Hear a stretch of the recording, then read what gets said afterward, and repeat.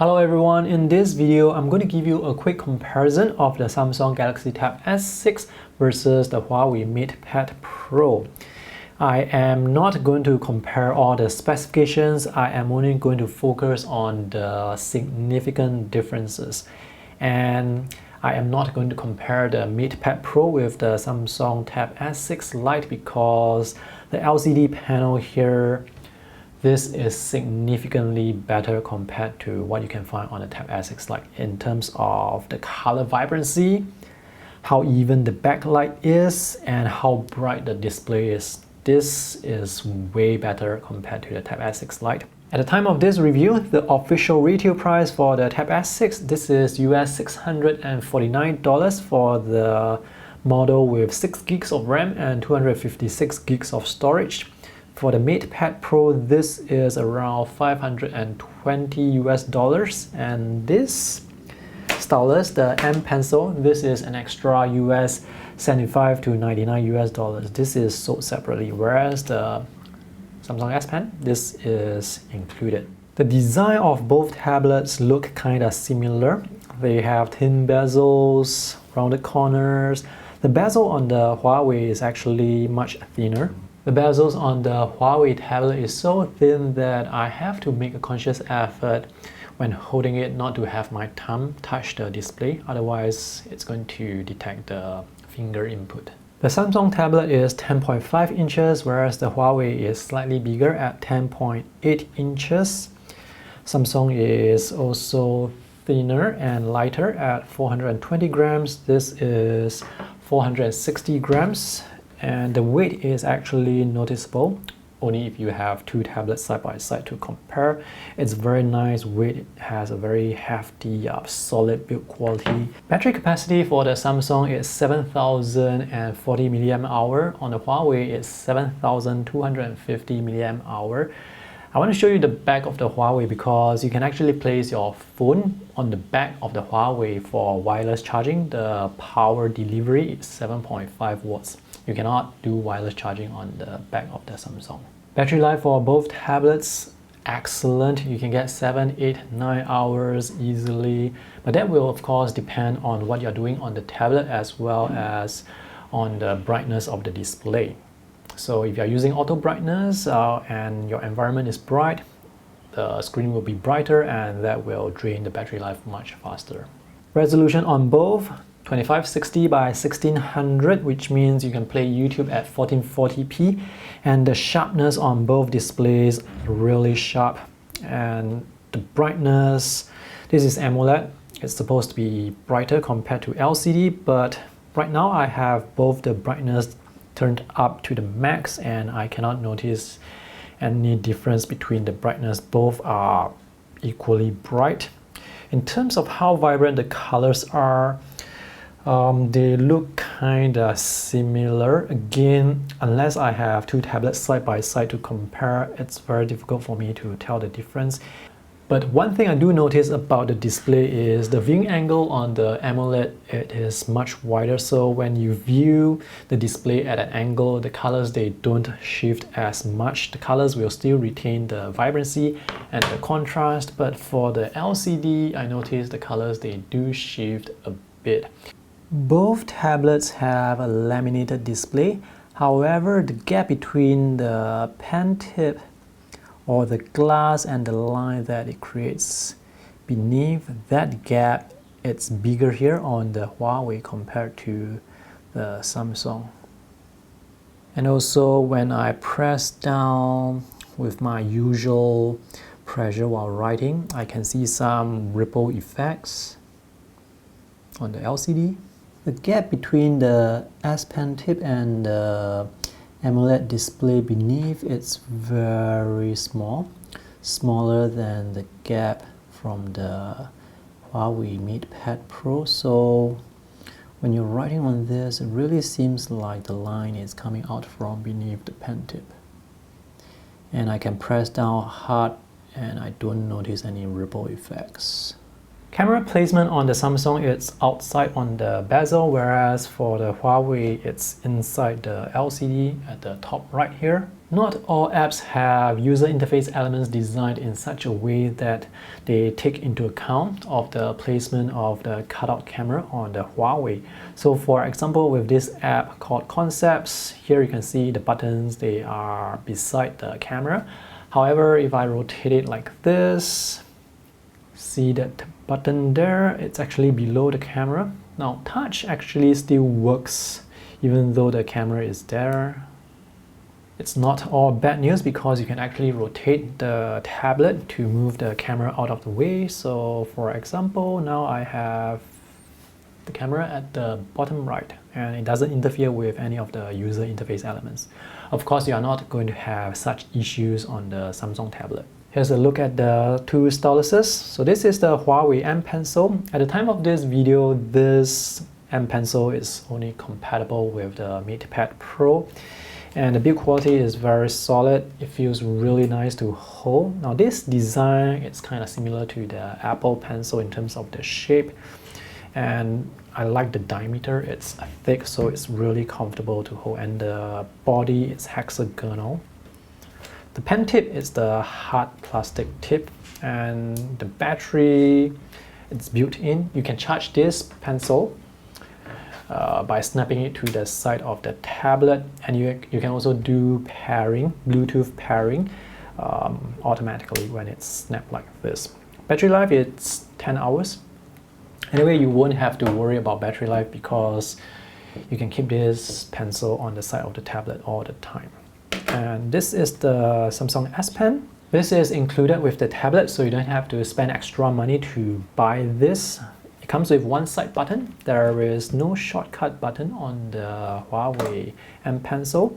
You don't have to worry about battery life on the Samsung S Pen because it's not powered by battery and doesn't require any battery power to work. The tip here, it's not the hard tip. It's, I would say, medium to firm. It does have some movement. You can find replacement tips for both styluses very easily online. For the S Pen replacement tip, each one is about $2 US. For the M Pencil replacement tip, this is $10 for one. Both styluses support pressure sensitivity and tilt sensitivity. When drawing diagonal lines with the Huawei M Pencil, there is slight wobble. And this wobble will depend on the app that you use.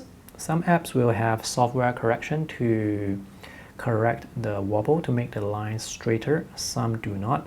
The thing is, if I hold the M Pencil vertically like this, I can actually get the lines to be very straight. I mean the diagonal lines to be very straight. And any wobble and jitter that you see here, it's from my hand. Palm rejection works really well on both tablets with their styluses. So for this particular app, for example, there is no strict palm rejection, which means I can actually write with my finger. However, if I were to place my palm like this, you can see it doesn't sense the palm, and I can write and there won't be any stray strokes. So you can expect this sort of performance with most apps and also with the Samsung Tab S6. And this is the Samsung S Pen. Same thing, I'm going to draw a diagonal line very slowly.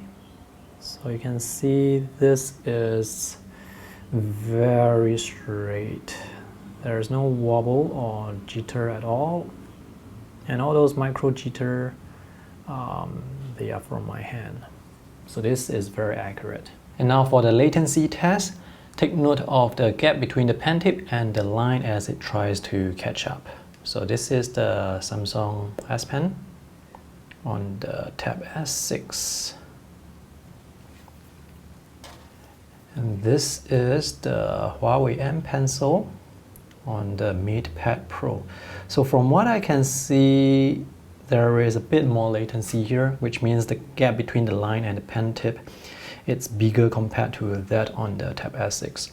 If you write or draw with long sweeping lines like this most of the time, then yes, you're going to notice the latency. But if you're just drawing as per normal, with normal speed, with medium strokes in terms of length, then personally when I'm drawing, I don't really notice the latency unless I am specifically looking out for it. There is still a gap between the pen tip and the line, but it's not, it doesn't really affect my work. Let's take a look at pressure sensitivity. The initial activation force for the S Pen, it's very light, so you can actually draw with very light pressure to get the thin lines. Pressure also works with the Huawei M Pencil. The initial activation force is slightly higher, which means you do have to press down a bit more to get those thin lines. And here, I'm not sure if you notice, you can see some wobble. So this means I wasn't able to maintain the pressure consistently. What I'm looking for is this sort of smoothness when I am drawing lines like that. This may or may not be a problem depending on what you are drawing. For writing, when you're writing with short strokes, you're not going to see things like this because the strokes are so short. The last thing I want to show you is tilt sensitivity. So pay attention to where the stroke starts. As I draw, you can see this stroke here, it will not go beyond the pen tip. So the stroke actually comes out below the pen tip. For the Huawei M Pencil, you can see the stroke, it comes out from above and below the pen tip. It's not like the S Pen where the stroke comes out from below the pen tip. In terms of design, the build quality, the visual quality of the display, the specifications, both tablets, they are quite evenly matched. For the base model of the Samsung, it comes with 6 gigs of RAM, 128 gigs of storage. Storage is expandable using the micro SD card slot.